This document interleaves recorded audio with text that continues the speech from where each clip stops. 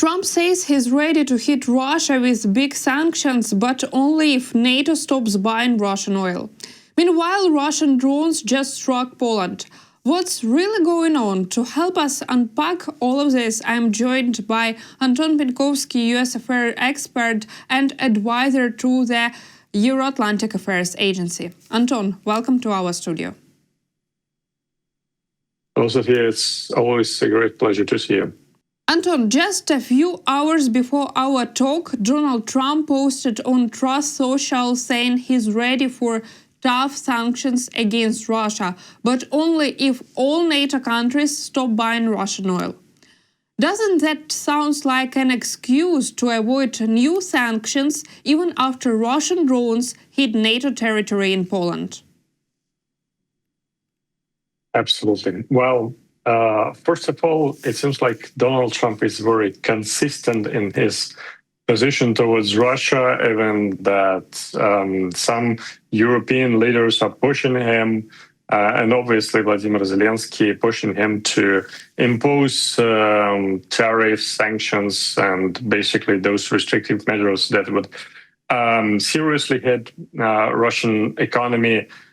It seems like Donald Trump doesn't want to do that. And even though we don't see any other scenarios other than this one, it seems like he's just not up to it and would move this stuff forward and forward.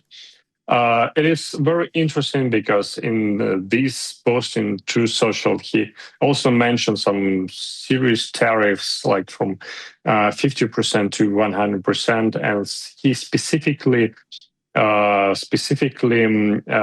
mentioned the NATO alliance, which makes this particular step not impossible at all, but very hard to imagine making it possible like right away or within coming month.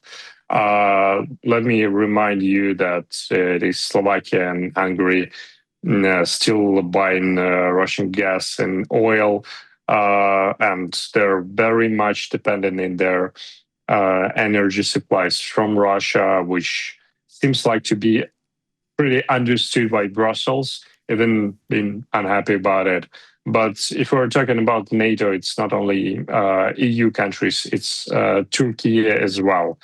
And it is very hard to imagine Mr. Erdogan agreeing on some very tough sanctions that will seriously hit Russia-Turkey relations just immediately after Erdogan agrees on such a step.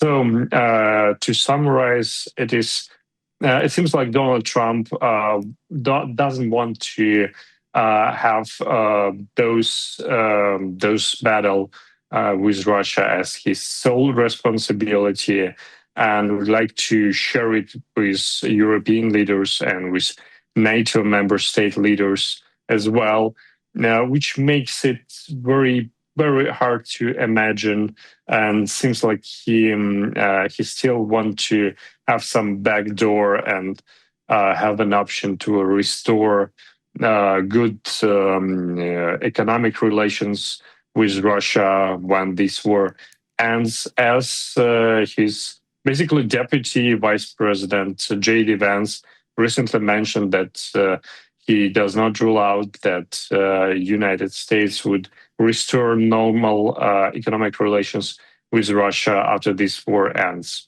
So it seems like Donald Trump really playing some delay cards again and again.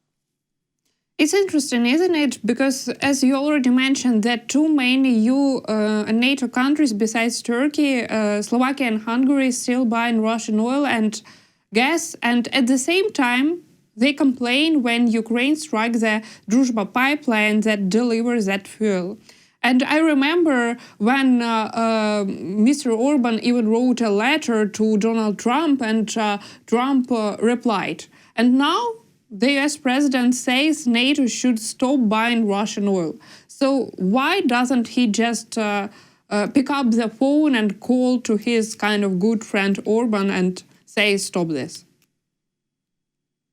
Well, first of all, even the European Commission cannot stop at this point Slovakia and Hungary from buying Russian oil. Basically, there is no specific mechanism that would make them do so. And even in this ongoing European architecture, if Brussels cannot make Orban stop buying Russian gas or oil, it's very hard to imagine Donald Trump doing so.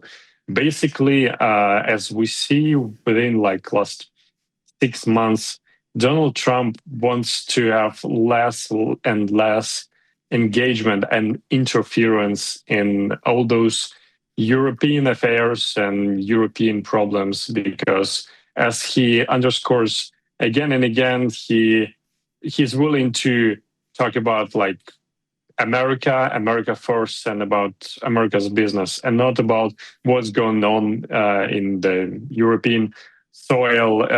It is not only including those pipeline issues. It's about the Ukraine-Russia war itself. Basically, even understanding that Russia attacked Ukraine once again, and that this war has been provoked by Russia, which Donald Trump clearly articulated himself.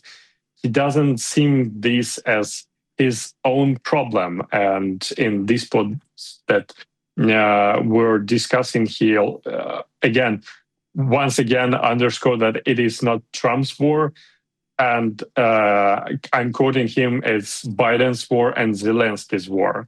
He doesn't want to be engaged in this particular matter anymore. And with time goes by, he basically losing patience and losing interest in this particular problem, because it more and more seems to him that this problem doesn't have a solution that an easy solution, or a solution that Trump himself could propose. And the last thing is basically very pragmatic and logistic wise. The only reason why Slovakia and Hungary is still buying the Russian gas and oil, and I remind you that Czech Republic was one of them until recently, is the logistics infrastructure that has been built within the last decades and still exists, and makes it possible to deliver gas and oil to those two countries. And I absolutely hate to say it, but unfortunately, through the internal EU problems and their own energy solutions within, let's say, last decade or so, the physical infrastructure of energy supplies delivery within Europe, and how it has been developed and how it has been built. Unfortunately, the European Union did not invest enough resources in buying those routes, those pipelines, so it would make possible, for instance, let's say, for Hungary to buy American gas and oil if it would be shipped to the Western European countries by ships or by other means. So unfortunately, it once again underscores the undevelopment and those tactics of the European bureaucrats to basically ignore a problem until it becomes something that is really makes pain in your back. So, For me now it's clear that all this talks about sanctions now out of the table, since basically NATO countries such as Hungary, Turkey, Slovakia will continue buying Russian oil and not impose any sanctions. Well, it's not only about gas and oil. If Trump specifically mentioned there are just tariffs as well, we might understood that those tariffs would be on all Russian goods or some limited number of Russian goods. Specifically, Turkey has lots of economic ties with Russia, and it's very hard to imagine that Turkey would just cut their economic ties with Russia just immediately. And please don't get me wrong, they might start such discussions and negotiations within NATO existing mechanism. Let's say that Poland recently imposed Article 4, the political consultations about the recent drone attack on Polish soil. So within this Article 4 mechanism of political consultations, they might also discuss this proposal of Donald Trump to impose those tariffs unilaterally within over 30 NATO countries, like anonymously and just in one day.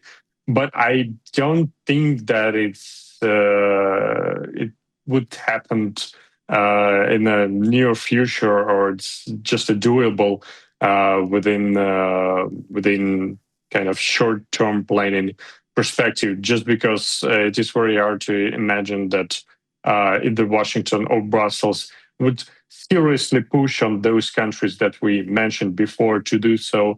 Otherwise, it makes it just impossible, and a series of talks and discussions and consultations and forums and meetings that would go on probably would lead to some serious statements, but unfortunately without any particular actions taken. Talking about the recent drone attack on Poland, how do you see the US president's reaction to this? We saw some strong statements from European allies, not all of them, but and at the same time, Trump seemed to be stay on the sidelines. Don't you think so? Absolutely, and it's very interesting because, again, it is something that strikes two alarms like immediately in my head. First of all, it's a very serious attack on the NATO and EU member state, with kind of serious number of Russian drones hit Poland's soil.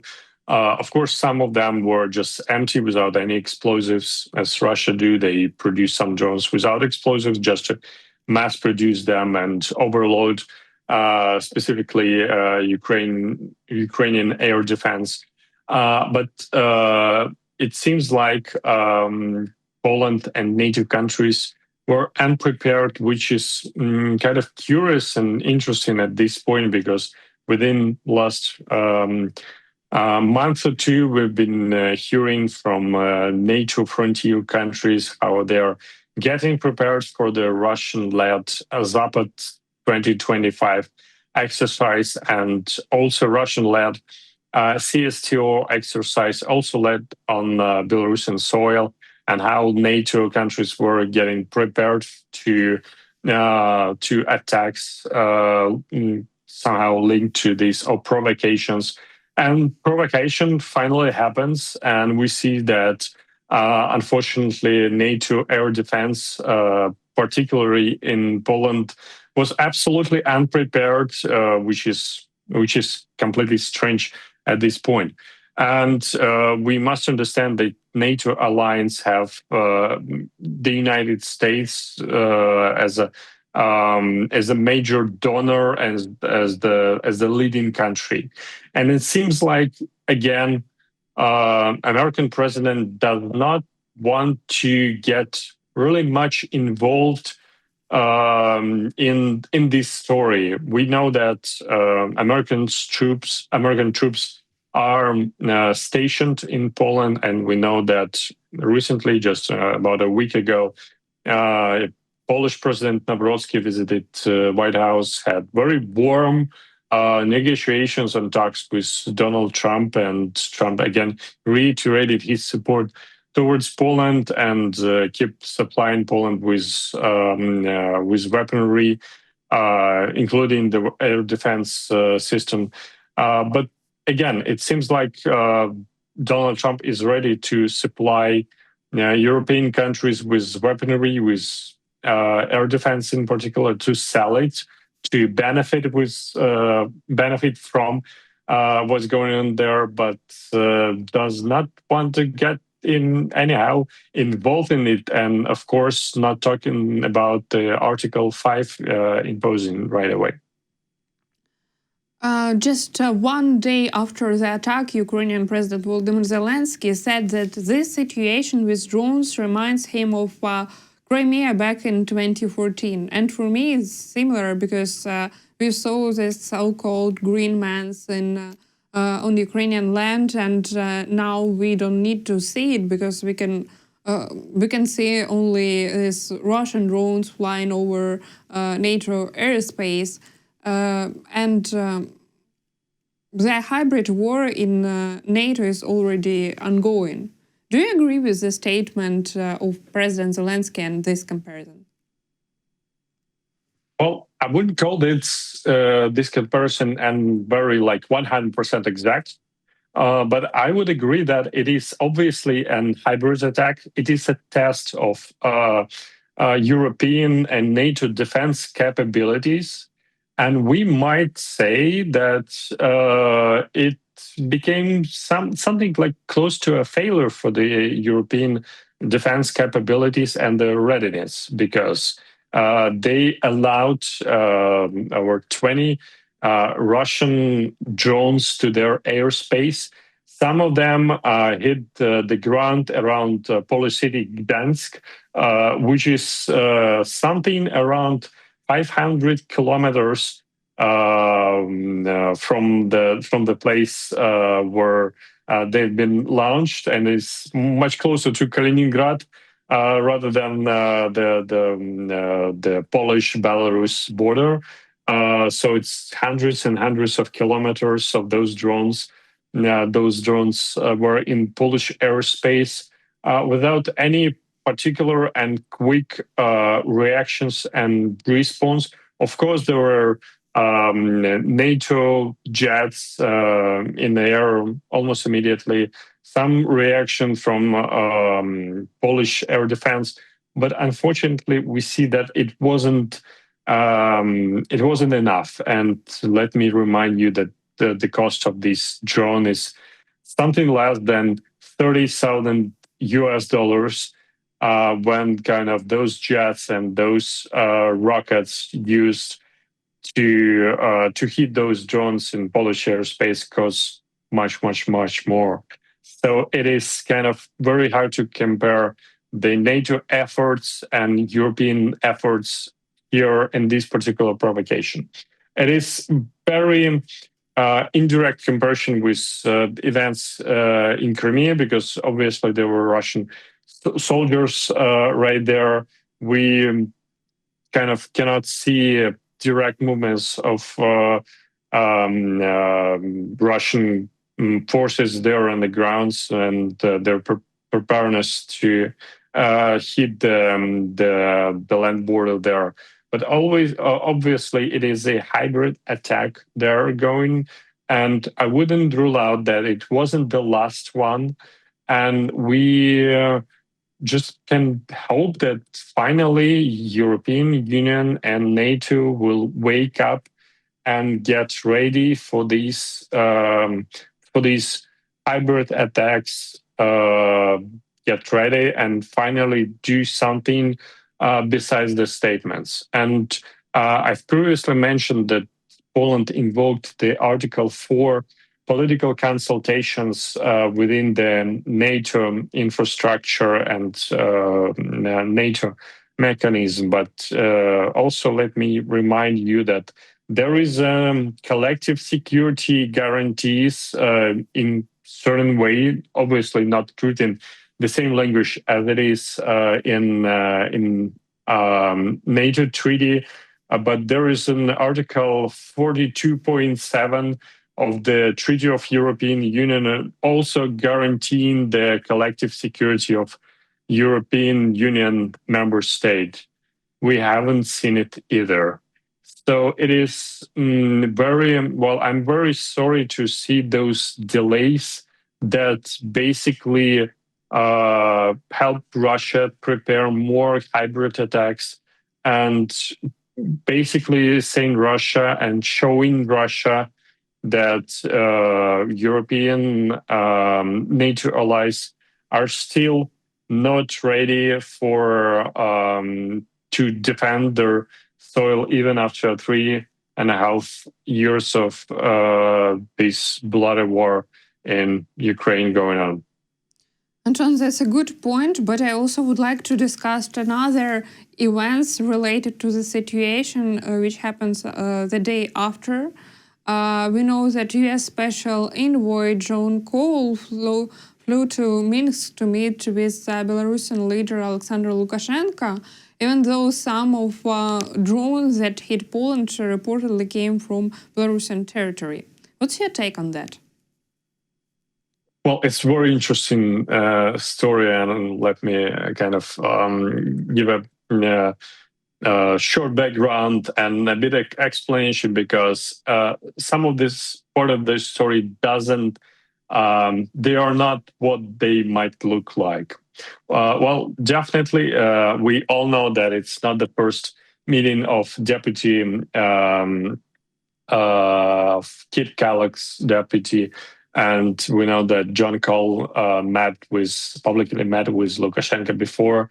When in June they also met in Minsk, and Alexander Lukashenko also released some political prisoners. If I'm not mistaken, it was first 14 political prisoners, including husband of Svetlana Tikhanovskaya, Sergei, and about a week or so later, Lukashenko also pardoned 16 more, so the total number is about 30.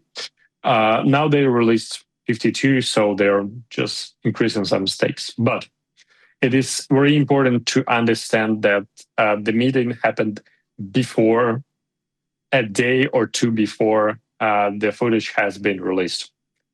So we know that John Cole was in Minsk 2 days earlier. The world saw those footage, and the world knew about this meeting going on. As before, they presented as something happening right away, but we know that both sides does not have enough trust in each other, and through these very direct diplomatic efforts, they making the thing called confidence building measures. That's the term that U.S. diplomats use in this particular regards.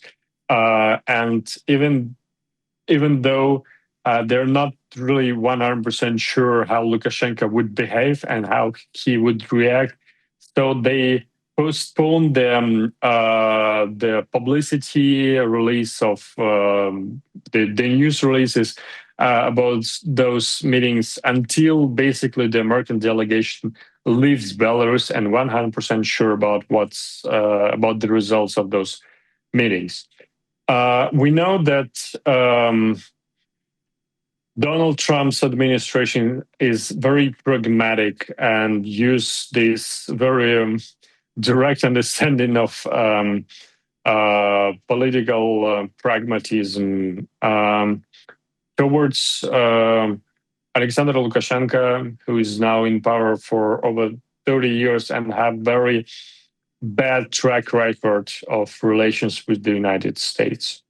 Now, I see that the strategy, always Finlandization, and I will explain a bit later what I mean by this term, this strategy towards Lukashenko is working. So Lukashenko is ready to make some particular measurable steps towards the United States, meaning some security negotiations obviously happening behind the closed doors. So we, as a public, we do not know what's going on, what's being discussed there. But let me assure you that we know very little about what they discuss, and the real reason of those visits to Minsk is not only about Belarusian political prisoners or Americans being in jail in Belarus, or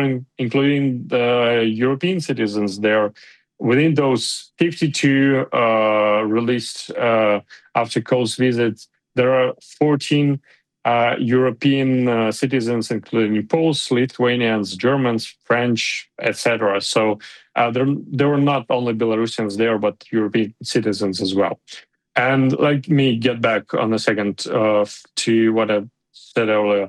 By Finlandization of Belarus, I'm linking to the also strategy of the Allies during the World War II, when they're trying to break the coalition led by Nazi Germany.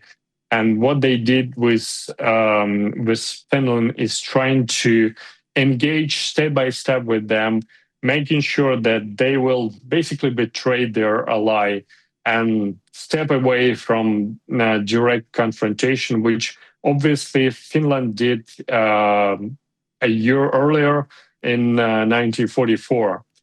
So what they're again trying to do, and the tactics they also did in 2018 and 19, is to make Belarus not that much dependent on Russia and have a direct engagement with Alexander Lukashenko and discuss Belarus affairs, not with Vladimir Putin in Moscow, but in Minsk, even with Belarusian dictator, with Alexander Lukashenko, but at least discuss Belarusian affairs separately, probably allowing him to express himself, probably allowing him to talk about what he might want, probably some negotiations about some guarantees, probably some security guarantees, but at least making sure that he's not 100% aligned and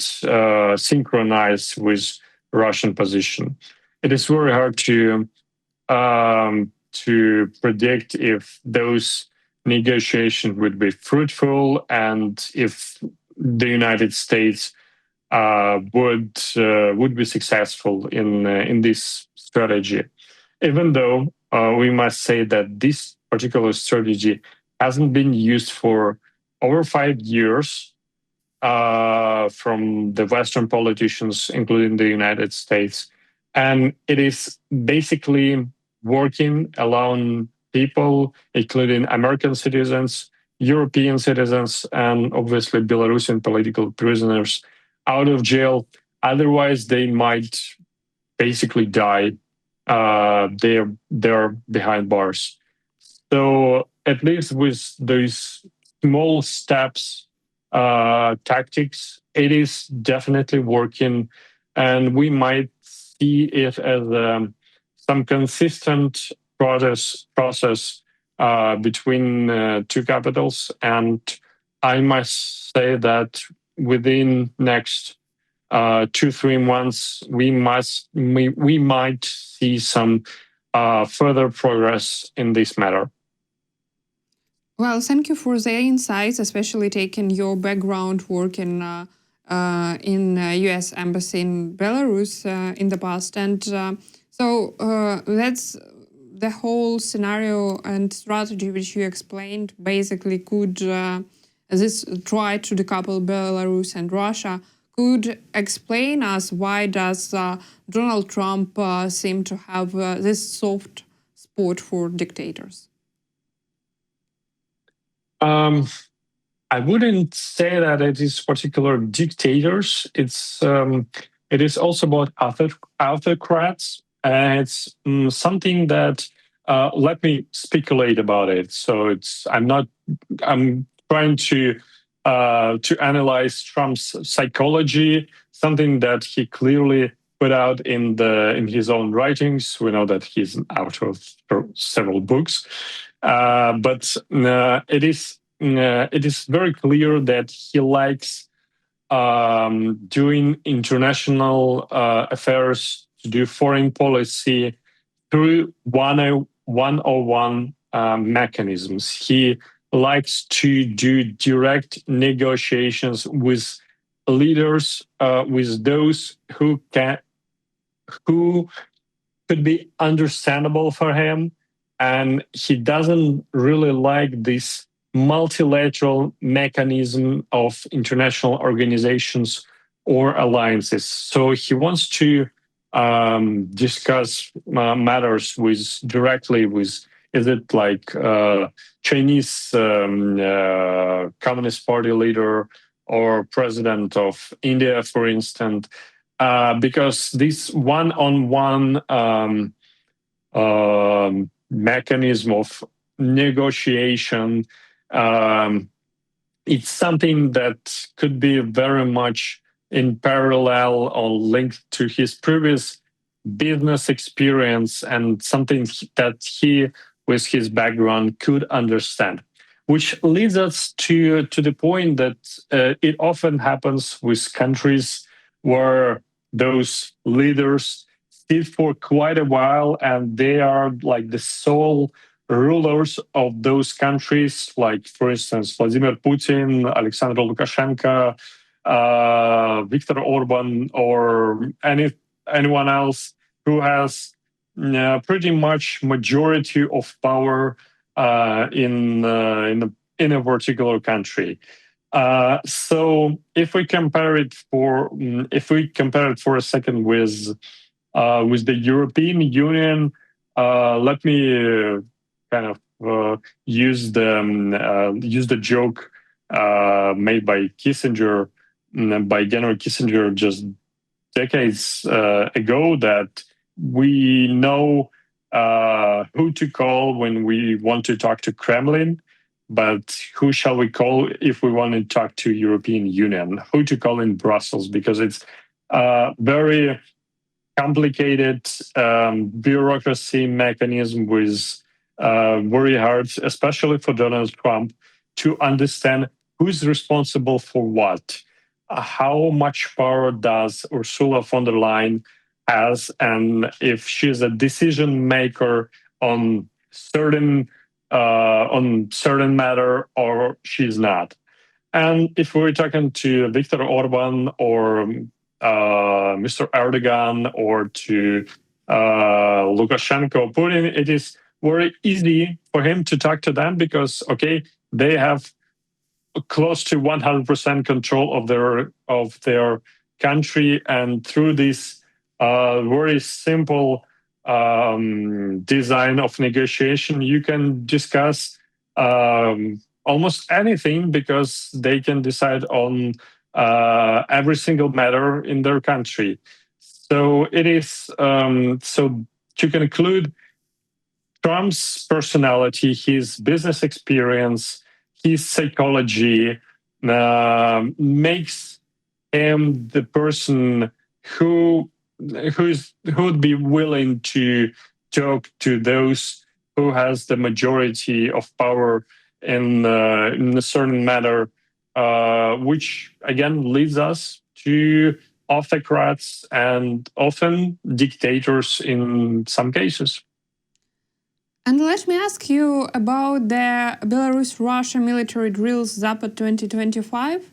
The Baltic states already closed their airspace along the Belarusian border. And from the American perspective, how seriously are these drills taken in the West, in the US? Well, it's very interesting. It's a very interesting point, and I really hope that this airspace closure would finally work because, well, now it is definitely the security of the whole region. 3 points here. First, as I said, the United States want to get far, far away from European problems and from European affairs as well. By the United States, I obviously mean Donald Trump himself, because he doesn't seem like and doesn't seem believe that those problems are his own. Second one is that what we need to understand is that by tradition, Zapad exercises is something very, very serious. And I'm not only talking about Zapad 2025 or Zapad 2021, which was the preparation step for the another invasion on Ukrainian soil, which it obviously was.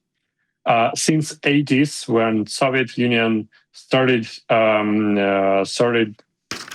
conducting those Zapad exercises from Zapad 1980, it was the largest scale land forces exercises. Back then it was the Soviet Union, and now it's CSTO and the Union State of Russia and Belarus. It involves an enormous number of land forces and land troops there on the ground.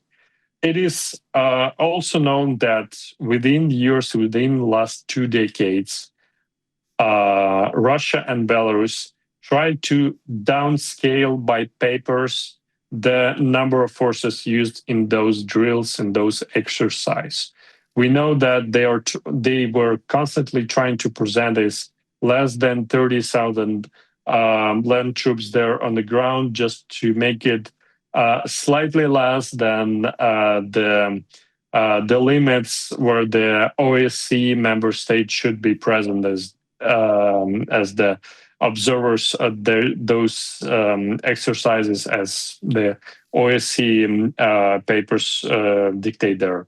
But we know that the real scale of those exercises are often much, much more than they're trying to present. It is something serious. It is tests of their defense and attack capabilities, not only on the Belarusian soil, but in generally. Alexander Lukashenko preserved lots of Soviet military infrastructure and Soviet military legacy, from which current Russian leadership obviously benefit, since they're using Belarusian training grounds to train their troops within last years.